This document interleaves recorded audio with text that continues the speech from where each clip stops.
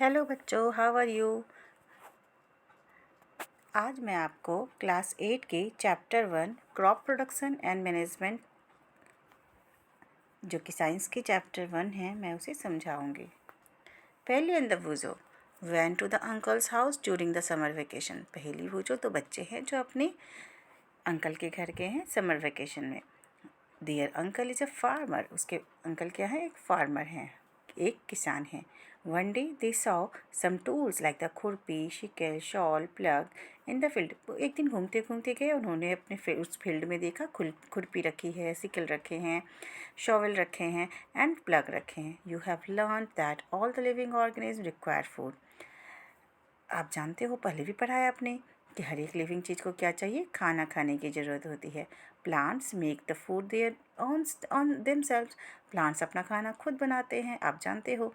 Can you recall how the green plants synthesize their own food? आपको तो पता ही होगा कि कैसे कोई भी प्लांट अपना खाना खुद बनाते हैं। Animals and the human being can not make their own food, पर एनिमल्स और ह्यूमन अपना खाना खुद नहीं बना सकते हैं। So where do animals get food from? तो आखिर एनिमल्स को खाना मिलता कहाँ से है? But first of all, why do we have to eat food? पर सबसे बड़ी बात, हम लोग खाना खाते ही क्यों हैं? You already know that the energy from the food is utilized by the organism for the carrying the out the various body functions. आप जानते हो कि जो हम खाना खाते हैं, उस खाने से जो हमें एनर्जी मिलती है, उसी से हम लोग डिफरेंट अपने काम को कर सकते हैं, such as the digestion, respiration, expression. जो हम लोग एक्सक्रीशन, जो भी हम खाना खा रहे हैं, उसकी एनर्जी डाइजेशन में भी यूज हो रही है, रेस्पिरेशन में भी और एक्सक्रीशन में भी। We get our food from the plants, animals and the both. हम लोग जो खाना खाते हैं वो हमें प्लांट से भी मिलता है, एनिमल से भी मिलता है, या फिर हम कई बार दोनों से ही खाना अपना लेते हैं। ठीक है। In order to provide food for a large population, regular production, proper management and the distribution is necessary.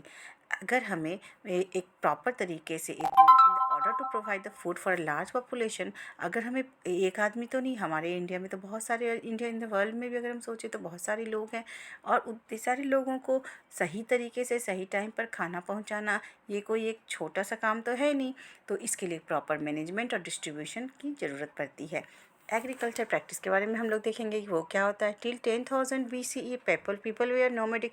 पहले के लोग 10,000 साल पहले के लोग लगभग नोमेडिक हुआ करते थे। नोमेडिक का मतलब तो आप जानते ही होंगे। नोमेडिक का मतलब होता है वैसे लोग जिनका कोई परमानेंट घर नहीं होता है, वो खाने की तलाश में एक जगह से दूसरी जगह घूमते रहते हैं और कई बार वो अपने साथ में अपने जानवर, अपनी जितनी भी फैमिली, पूरी सबको लेकर के वो एक जगह से दूसरी जगह जाते रहते हैं। They were the wandering in the groups from the place to place in search of the food and the shelter. ज़्यादातर वे लोग जो है खाने और शेल्टर यानी घर की जगह, घर की तलाश में, रहने की तलाश में एक जिस जगह से दूसरी जगह जाते रहते हैं। They ate the raw fruits and vegetable. Mostly वो जो है कच्चे फल और सब्जियां खाकर ही अपना जीवन बिता देते हैं। And started the hunting. और कई बार अगर उन्हें जानवर मिलते हैं तो वो भी उसको खा करके उन वैसे ही जीवन अपना व्यतीत करते हैं। Later they could cultivate. धीरे धीरे समय बीतता गया, वो खेती करना उन्होंने शुरू की और उन्होंने प्रोड्यूस किया rice, wheat and the other food crops. उन्होंने राइस की प्रोडक्शन स्टार्ट की, वीट की प्रोडक्शन स्टार्ट की और भी बहुत सारी फ्रूट्स क्रॉप्स उन्होंने लगाए।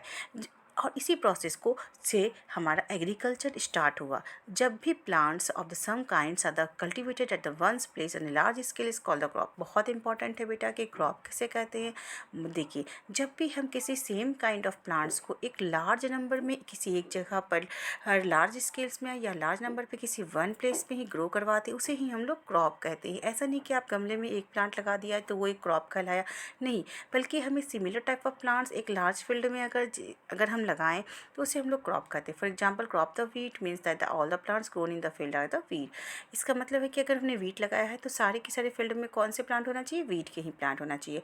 You already know that the crops are of the different types like the cereals, vegetables and the fruits. अब क्रॉप्स भी अलग अलग तरह के होते हैं, जैसे कि सीरियल्स, जैसे कि आप चावल खाते हो, गेहूँ खाते हो, वो सारी चीज़ें सीरियल्स के अंदर है। वेजिटेबल जैसे आप पोटैटो खा रहे हो, ऑनियन खा रहे हो। फ्रूट्स तो आप जानते ही हो, this can be classified on the basis of the seasons in which they grow. अब यही जो प्लांट्स है, चाहे वो वेजिटेबल्स हो, सीरियल्स हो या फिर फ्रूट्स हो, वो सीजन के अकॉर्डिंग भी हम उसको डिवाइड कर सकते हैं।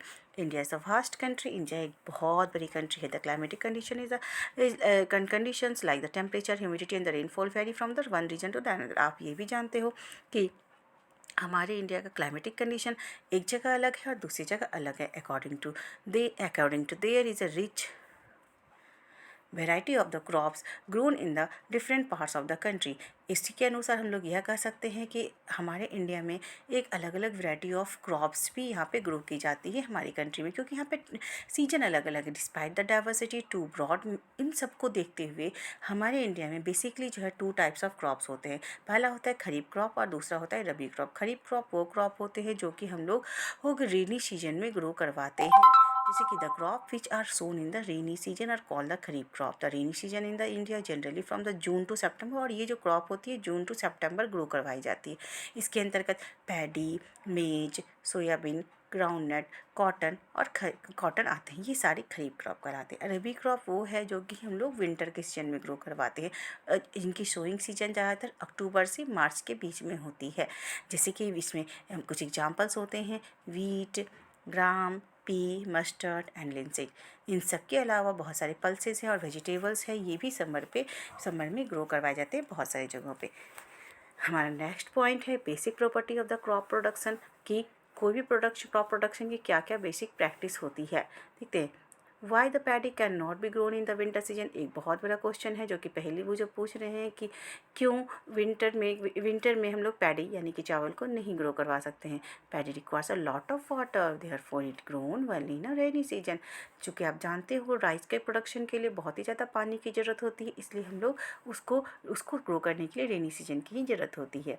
And cultivation of the crops involves the several activities undertaken by the farmer over a period of time. अब जो ये कल्टिवेशन प्रोसेस है, ये एक छोटी सी एक्टिविटी तो है नहीं, उसमें बहुत सारी एक्टिविटी इन्वॉल्व होकर के कंप्लीट एक क्रॉप का प्रोडक्शन होता है और उसमें एक लंबा समय लगता है। You may find that this activities are the similar in those carried out by the gardener और even by you when you grow the ornamental plants in your house. आप जानते हो लगभग जो फार्मिंग की जो एक्टिविटी होती है वो लगभग उसी तरीके की होती है, जैसे कि अगर हम लोग कोई प्लांट को अपने घर में ग्रो करवा रहे हैं, कोई ऑर्नामेंटल प्लांट्स है, या फिर हम लोग जो है कुछ और भी गार्डन वगैरह अगर कहीं पे गार्डन में अगर ग्रो करवाते हैं, ऑलमोस्ट वही प्रोसेस होता है, लेकिन थोड़ी से फ़र्क होते हैं। दीज एक्टिविटीज़ और the task are referred towards the agriculture practice which are listed below. इन सब के अंतर्गत जो प्रैक्टिस होती है उसे हम लोग एग्रीकल्चर प्रैक्टिसेस कहते हैं।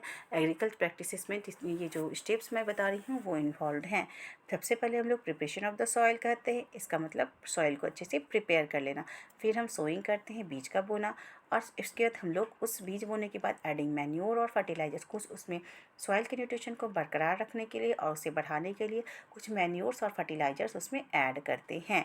और इरिगेशन और बहुत इंपॉर्टेंट है, जो कि पानी की प्रॉपर मात्रा वहाँ पे देना, irrigation and the protecting the from the weeds. कई बार खेतों के बीच में जिन प्लांट्स को हम लोगों को ग्रो करना है उसके अलावा कुछ अनवांटेड प्लांट्स भी वहाँ पे ग्रो कर जाते हैं, जिसे हम लोग वीड्स कहते हैं। अब उसे भी अगर वीड्स कंटिन्यू ग्रो होंगे तो दूसरे प्लांट को ग्रो करने में प्रॉब्लम करेंगे और उसके न्यूट्रिशन को भी ले लेंगे, इसलिए इसका रिमूवल भी बहुत ज़रूरी है। हार्वेस्टिंग मतलब जब हमारे प्लांट्स बढ़ गए हैं, मैच्योर हो चुके हैं, उसकी कटिंग करना।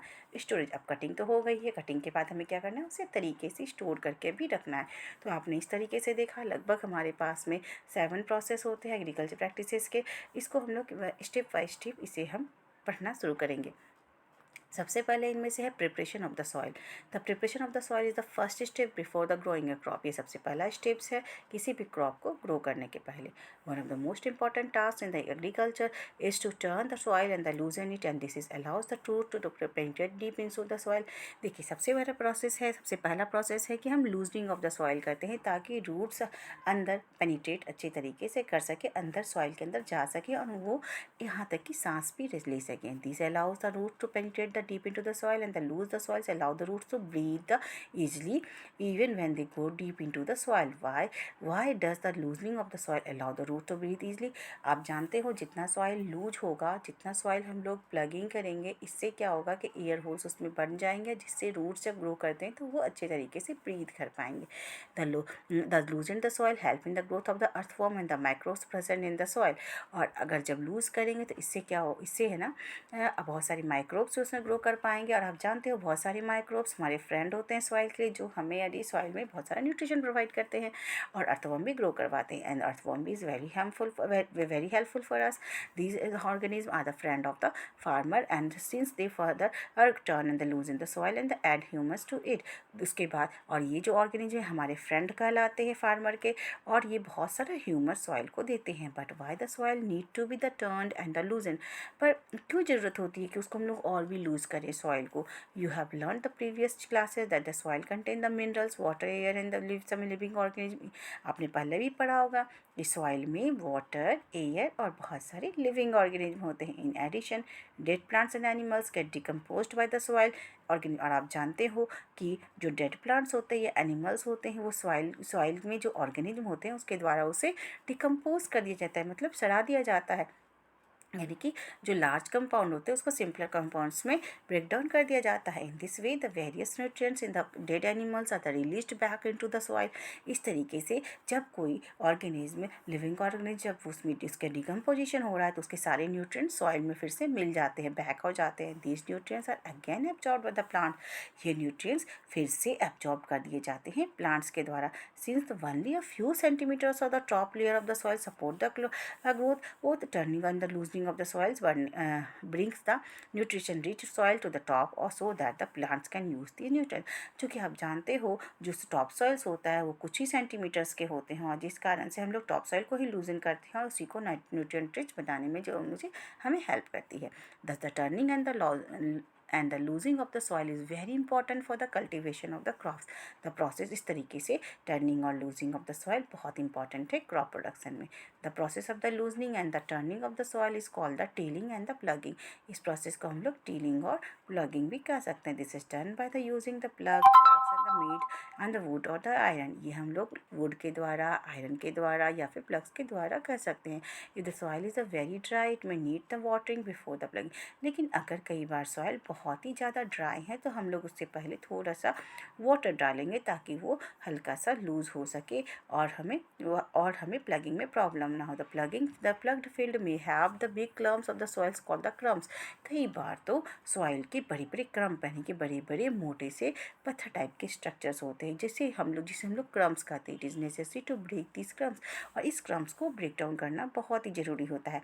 Levelling the field in the is beneficial for the sowing the as well as the irrigation. उसके बाद हम लोग क्या करते हैं सॉइल को लेवल में लेकर के आते हैं ताकि इरीगेशन में हमें और सोइंग ऑफ द सीड्स में हमें हेल्प मिले. Levelling of the soil is done with the help of levellers. और लेबरर्स की मदद से हम लोग सॉइल को बिल्कुल प्लेन कर देते हैं, लेवल में ले आते हैं. Sometimes the manure is added to the soil before the tilling. कई बार तो टाइलिंग के पहले हम लोग उसमें मैन्योर भी ऐड कर देते हैं. This help the proper mixing of the manure with the soil. The soil is the moisture before the sowing.